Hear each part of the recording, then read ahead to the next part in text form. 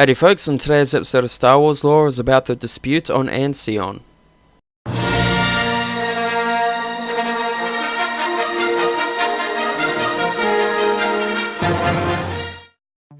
Now, the importance of Ansion to the Republic was grave. Losing the planet's network of often unseen alliances would have turned a trickle of secessions into an unstoppable torrent.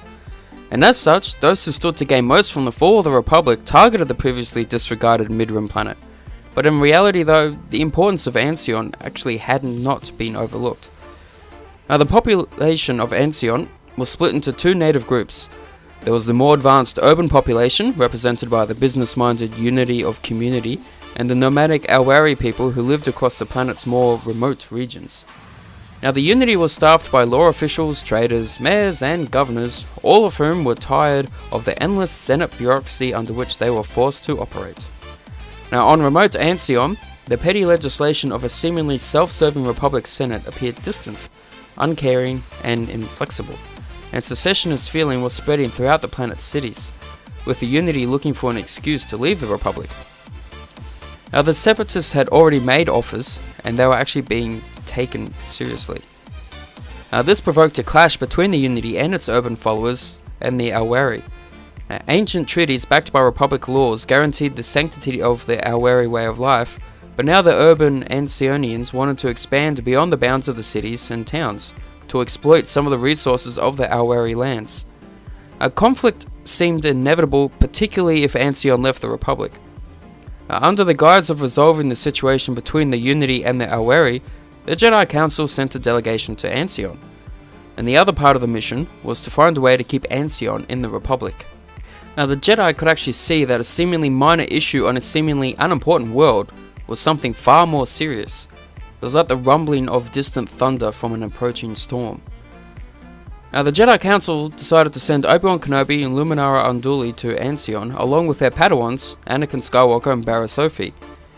Keenly aware of the gathering darkness that loomed over the galaxy, the Jedi Knights were prepared for trouble. Ranged against them were senior members of the Separatist movement, striking, as always, through agents that had little real idea of their place in the grand scheme. Shu Mei, a female Gossam, was president of the Commerce Guild and was working with Count Dooku. Senator Mursul of Ansion was also involved, while others hovered in the background, eager to see the Separatists succeed, impatient to reap the rewards they had been promised. Now, in Ansion itself, Shu Mei had recruited a local agent to deal with the Jedi and to ensure that the people of the Unity voted it would be to remove Ansion from the Republic. Now, the agent in question was the Hutt trader Bosman Sorg. Now, in awe of Shu Mei's reputation and far-reaching contacts, Sorg was made promises of riches and a free hand in his trading operations, unfettered by Republic regulations, should he be successful. However, he was also warned to be subtle and to do nothing that would draw undue attention. The Jedi were to be prevented from succeeding, killed if necessary, but it all had to appear a local problem, free from suspicious outside influences or off-world participation. Now, the Hutt was actually tipped off that Luminara and Barriss would arrive in the capital, Capernaum, ahead of Obi-Wan and Anakin. An assassination attempt by a bought-off mob was actually then foiled when Obi-Wan and Anakin made an appearance well ahead of schedule, rescuing their fellow Jedi. And undaunted by the attack, the Jedi then continued with their mission. Now, Luminara Unduli suggested a new treaty with the Alwari, allowing a partial expansion and exploitation of Alwari lands through a shared dominion of those territories.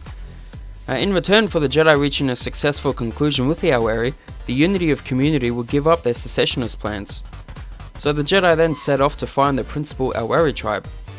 But however, after being tipped off by a bribed official within the Unity's representatives, Bosman Sorg the Hutt launched a new plan to deal with the Jedi by manipulating the tribes.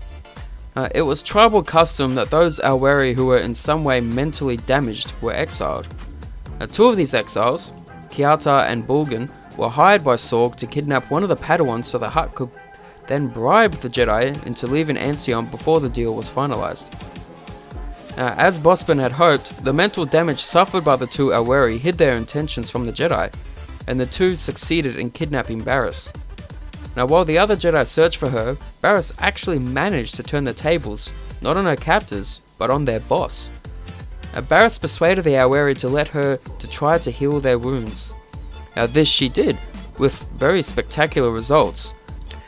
She then also deactivated the cruel contraptions by which Sorg had ensured the Aoweri loyalty, the subdermal explosive devices set in the neck of each tribesman.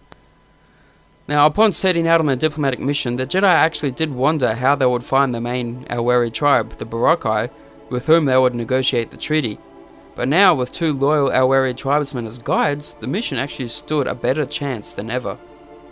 Now, while travelling through the magnificent grasslands that covered much of the surface of Ansion, it may have seemed to the Jedi that the planet itself was actually part of the Bosman's conspiracies. The Jedi and their guides had to contend with attacks by water-dwelling Gex who tried to inhale them, the threat of being pummeled to death by a flock of millions upon millions of tiny migrating Chiron birds, and carnivorous wind-blown plants called Chawiks.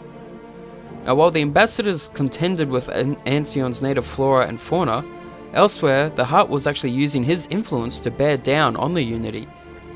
He was not entirely successful, but though he did manage to force a decision whereby the vote to secede from the Republic will be taken on a given day, regardless of whether the Jedi had returned or not. Now, at the same time, the Hutt had actually managed to persuade the leader of a trading tribe of Aoweri, the Kulin, to capture the Jedi and bring them to him. Now, the leader, Baintu, succeeded in this task, but the Jedi and their guides were actually saved by another ally they had picked up on their travels, Tuki, the Gwaran. Now, the put upon Gwaran were an evolutionary offshoot of the Aoweri, and Tuki managed to stampede a herd of local beasts and rescue his companions. After many adventures, the Jedi met with the leaders of the Barakai. Luminara passed a potentially deadly tribal test, and the Jedi prevented a bloody battle between the Barakai and rivals, the Janul. Now, the impressed Aoweri tribe then agreed to the new treaty in negotiations. With the unexpected help of the Barakai, the Jedi ambassadors were able to overcome the last obstacles thrown in their path by Sorg the Hutt, which was a communications blackout of Capernaum and an assault from murderous blaster-wielding hired assassins. Now, the success of the negotiations with the Aoweri was presented to the Unity in time. Now, the vote on Ansion went in favour of remaining within the Republic, and the Jedi returned to Coruscant. However, as Count Dooku assured Commerce Guild President Shu Mai, this was only a minor delay.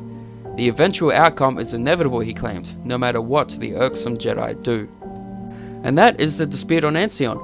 And if any of you think it sounds familiar because like you heard it before, there was a book on it, which was actually pretty good, and it was mentioned in Attack of the Clones, when they recommended Obi-Wan-Kenobi to protect Padme Amidala, and Mace Windu said, that's possible, he just returned from a border dispute on Ansion. That's probably where you've heard it before. But anyway, if you liked the video, be sure to drop a like, subscribe if you're new to get up to date with all my latest videos, let me know what you thought of the video as well, and I will talk to you all in the next one. Later.